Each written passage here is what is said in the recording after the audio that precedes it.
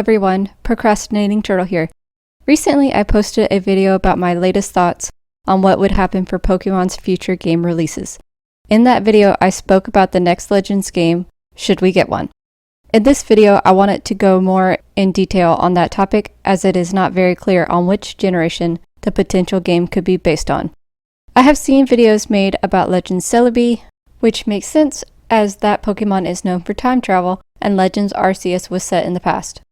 More recently, I have seen a video by Hoops and Hip Hop that covers a Legends game in the Unova and Kalos region, which I kind of agree with the latter, at least in part, but back to that in a moment. I am of two minds with this one. While Arceus was a mythical Pokemon from Generation 4, the same generation as the remakes that were just released prior to the game, it would also make sense that should there be another Legends game, especially since it would come out in conjunction with a Generation 5 remake, that it would be based on Generation 5. However, which mythical Pokemon could they use for the game? Meloetta, Victini, Keldeo, or Genesect? If so, I would lean towards Genesect. Perhaps we could finally find out which fossil Pokemon Team Plasma revived and altered. Although, as I alluded to at the beginning of this section, I don't believe that should we get another Legends game that would be based on Generation 5. I do not hardly know anything about Japan or its laws on copyright or rights on intellectual property, so take this number with a large chunk of salt.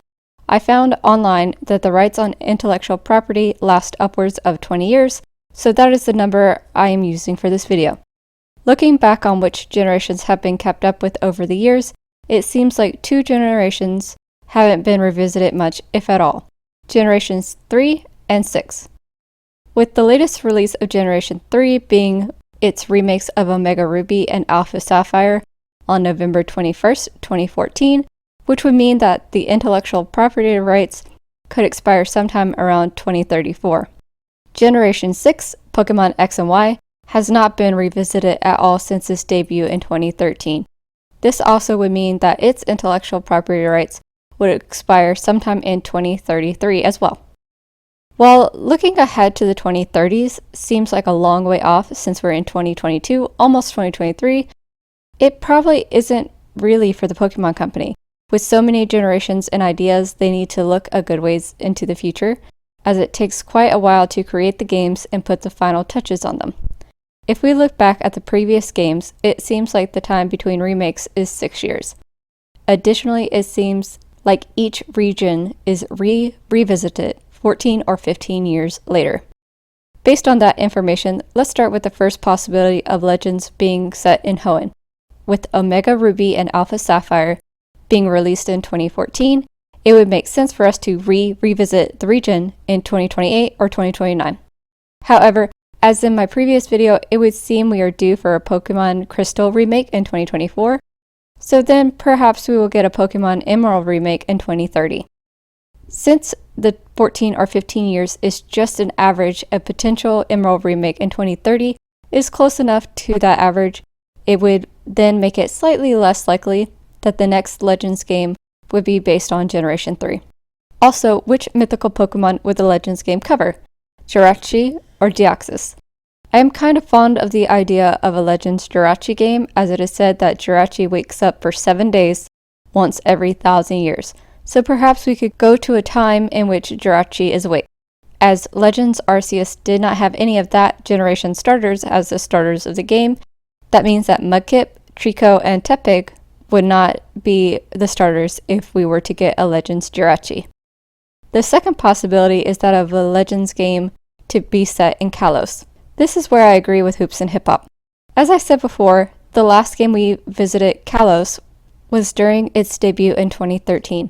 Since it seems like the next remake could be Generation 5, the Unova region coming potentially in 2027, then that would mean a Generation 6 remake roughly 6 years after that in 2033.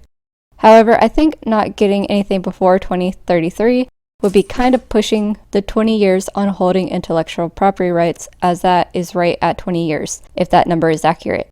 Should an Emerald remake be in the works for 2030, it would be more likely for Unova to be revisited in a Legends game in 2028. Perhaps this could fill the void of not getting a complementary game to Generation 6. for it to act as the lost Pokemon Z. As Hoops and Hip Hop said in his video, perhaps we could get a Legends Floette, a game to finally explore AZ and his Eternal Flower Floette. Or it would be interesting to have a Legends Zygarde, however, neither of these Pokemon are classified as mythical Pokemon. Generation 6 has quite a few mythical Pokemon: Diancie, Hoopa, and Volcanion. An argument could be made for just about any of these Pokemon to be the focus of the game, such as we may be able to explore how Diancie mutated from a Carbink, or Hoopa with its ability to move things to alternate dimensions, or Volcanion as it is said to have destroyed a mountain range, and it could be similar to how we saw the destruction of Spear Pillar in Legends Arceus. However, I think it may be a combination of several things. I am leaning towards a Legend Diancie, and here's why. I could see a Legends game that will follow the backstory of AZ losing his Floette in the Pokemon War. In his grief, he either found a Diancie or was somehow able to cause the mutation of a Carbink into Diancie. In turn, he used that Diancie, possibly in its Mega form, to build the ultimate weapon, as it is made from a crystalline material like Diancie and Carbink, and had it shaped the weapon similarly to Floette's flower, which makes sense as both Xerneas and Diancie are fairy type, and Xerneas has the power to share eternal life, so the fairy typing is linked to life and vitality. The ultimate weapon made by Diancie is then used by AZ to bring his Floette back to life. This would also include AZ converting the weapon to end the war. Then finally, I'm not sure how, but I could also see the story covering how Xerneas and Yveltal moved into hibernation. As this was the introductory of the Mega Evolution mechanic, I could also see Mega Evolution coming back and playing a large part within the game.